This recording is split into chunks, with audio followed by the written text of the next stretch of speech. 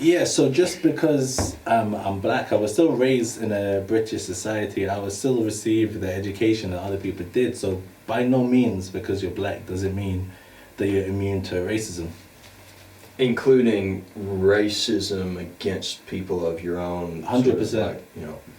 It's sort of the thing that was, it's parodied, I think, by a Dave Chappelle act, where you have this black man who's blind, who is a leading member of the KKK. Yeah, that's right. That's it, Clayton Bigsby. And it's like, the thing is, the reason that people laugh is because it makes them uncomfortable, and it's also true that there are people like that at some level. That's obviously an exaggeration, but I think they're. Can you speak to that at all? I mean, this is the thing of white gays, and I was. I don't want to dilute my words, so I'll just say it. So like the Candace Owens character. Ooh. I do feel there's a little bit of that in all of us, and what it says is, under white gaze, it says, you don't need to worry about me, I'm not like them. So for a large proportion of my life growing up, it was to prove to white people, yeah, I know what you guys think about black people, but I'm not like that, I'm not like them. It's only after receiving a certain amount of education that I was wait, there is no such thing as race, one, and then two, you can't attribute random moralistic characteristics to specific races as a whole. That makes no sense. What are you talking about? But for a large proportion of life, and it's probably still somewhere in there, because I still do the things, I still cater to audiences under the white gaze thing in the same way. And there's still that pressure of being a racial representative where, because there's always that one black person in the corner. Any debate, any speech, there's just that one. There's always a Mel B. There's always just that one person that's supposed to represent that whole community. And so you find yourself having to kind of bear that burden and prove to white people, look, we're not that bad, see, look, we're friendly. Yeah, I'm not a good threat to you. Sorry, did I shout? Oops, sorry. You're always trying to perform to that. So the extreme case is Candace Owens, which, her reasoning might be different because it's become such a commodity now that you can sell it. Yeah. If I jump out right now and say, white lives matter, stop saying black lives matter, it's racist, I'm going to get so much love. I can get so many views for doing that. So the idea that somebody wouldn't step into that space and use their blackness for profit, especially if they're able to rationalize to themselves, well, what's the alternative? Do I want to be racially abused or do I want to be racially lauded? Either way, you just pick which race is going to dislike you. But this one, I can make a living. I can make a living being a black person that condemns blackness. I can't make a living as a black person who, stands up for blackness. It's just a struggle. Look at the guys that did it. Martin Luther King, bullet. Malcolm X, bullet. Bob Marley, bullet. Mandela, prison. He did some naughty things in between though. But the point stands is if you're a black person and you step into that space, it's not a fun life. The whole of that civil rights generation, the Nina Simone's and everything, it's all a history of mental illness now. It's not like they were we shall overcome and everyone just went home and made tea and sang songs. No. Years of systemic abuse does not equal a nice, well-balanced outcome in that context, And that creates this mental health crisis for some people. That there are situations where people are triggered and traumatized so much that they actually come to expect certain things, certain prejudices, certain behaviors, and they actually come. Is it fair to say to see it where it may not be at times?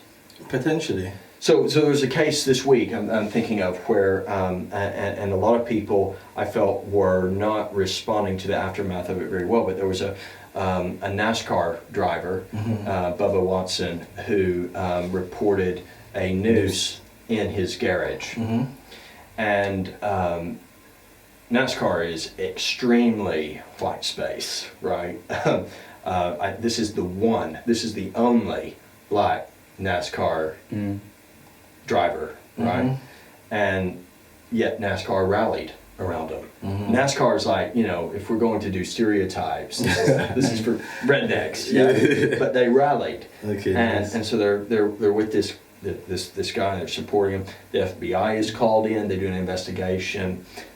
They then realize that this was not a noose. This was a garage door pulley.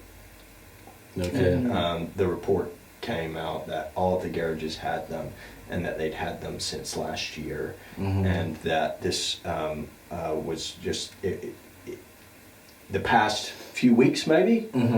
The effect. So a lot of people were coming on and saying, "Oh, you know, look at Bubba. Bubba needs to leave. Bubba needs to never have a job again. Bubba is just he's race baiting, and you know, all this sort of, you know, again, the white gaze was disapproving of this guy." And I'm looking at it. You can tell me if I'm being too charitable, but I'm saying after a month, perhaps starting with the release of the Ahmaud Arbery tapes.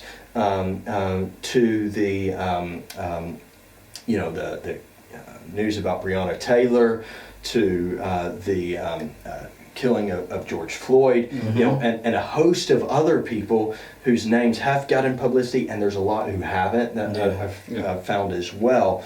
That all of this just collectively could traumatize a guy into walking into his garage, seeing something that he'd not seen before, and thinking, noose.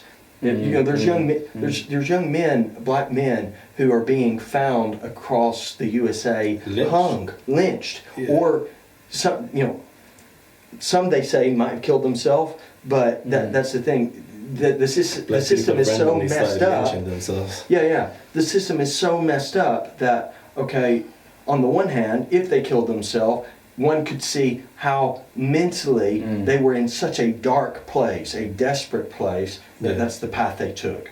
Tragically, horrifically. Understand what might have driven that.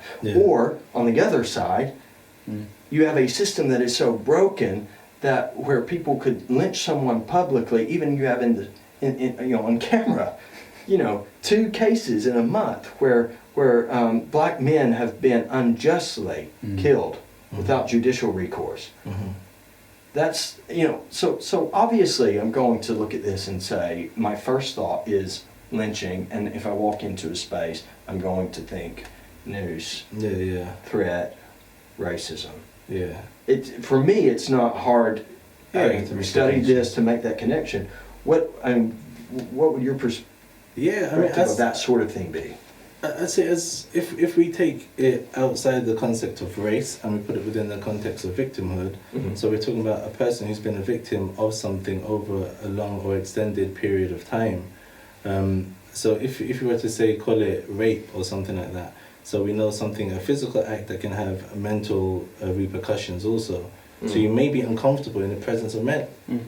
A man might raise their voice at you, and it can be a trigger. Like, you know, in any context, if you've been robbed or whatnot, and you might feel uncomfortable using cash points for a while. So then, if you've been racially abused for a systemic period, e.g., your whole life, and then you're hearing about lynchings happening, and you see something that looks like a noose, like, it's entirely possible that you may feel like this is what's happening.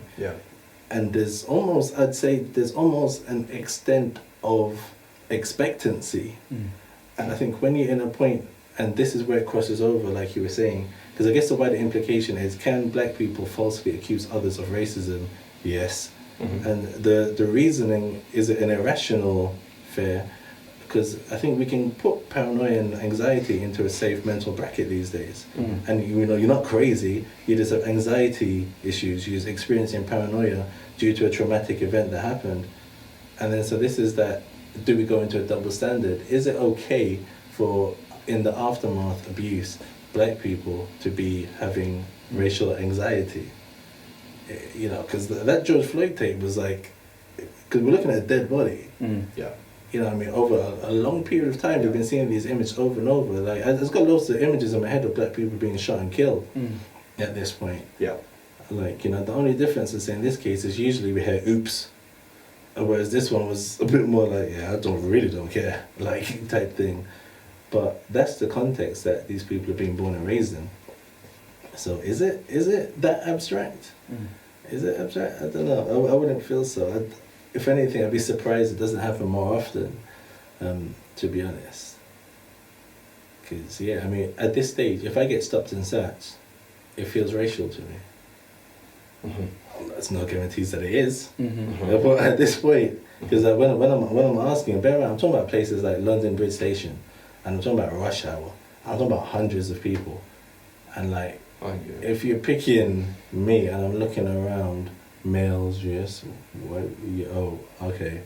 And so I'll even ask, I'll ask police officers, oh, why do you stop me? You're walking past, so. Like, Excuse me. Yeah, like, okay, so like, have you got any advice for me so I can stop getting searched? Because it seems to be happening more and more frequently. Don't know really. You don't have to answer the questions and such if you don't want. Alright, let's do this. By the way, like, I do have an exam today at uni, so if we can speed it up. Okay, yeah, we won't be long. Like give me just a general one, because now it's racially uncomfortable. Like, so we're having this awkward dynamic where you're not really searching me, but you're just like, okay, what's in your bag? My laptop for uni. Okay. Yeah, so you're raced. Can I decline the comment? Yeah, you can decline. Okay, decline the comment. Okay, where are you going to today? Decline the comment. Okay. Like, what are we doing here? And meanwhile, as a black person, if you know you're innocent, you're thinking, wait, if all the police are searching innocent black people, that means the criminals are running riot. Like, what are you doing? Like, investigate something. I know it might be a movie concept, but in my mind, it's like you follow a lead or you see something shady happening, you go investigate. Like, these can't be just in my head. The entire extent of policing cannot be to keep stopping black people and eventually we'll get one.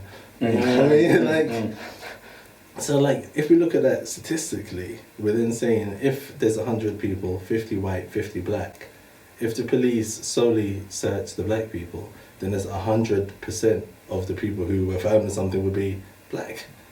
So then when you then tell me to look at statistics, when the stop and search measures are racially biased, what am I supposed to do with that? And yet there would be there would be a higher percentage of white people who would have some of the stuff that we're looking for. Yeah. Statistics have demonstrated that when a more equitable approach is taken, more white people have drugs. More white people are carrying the weapon. That's why black gangs use white drivers. Stop. Exactly. Wow. Exactly. Do you know what I mean? That's insightful. That's yeah. Yeah. I don't know if I should have said that. Yeah, but I mean, it's a known fact with the Black Panthers, the white members would be the front of it. Yeah, so just because you're not going to get stopped, this is a safe way to get home, you know? I remember like being out, and if we're out late to get the night bus, the black ones of us had to hide while the white ones would wave down the bus. We wouldn't be able to get home. Because the bus driver would just go on by. Yeah. Wow. Yeah, and I'm not talking about 1864, I'm talking about 2000 and some, like, so this is a concept. Yeah.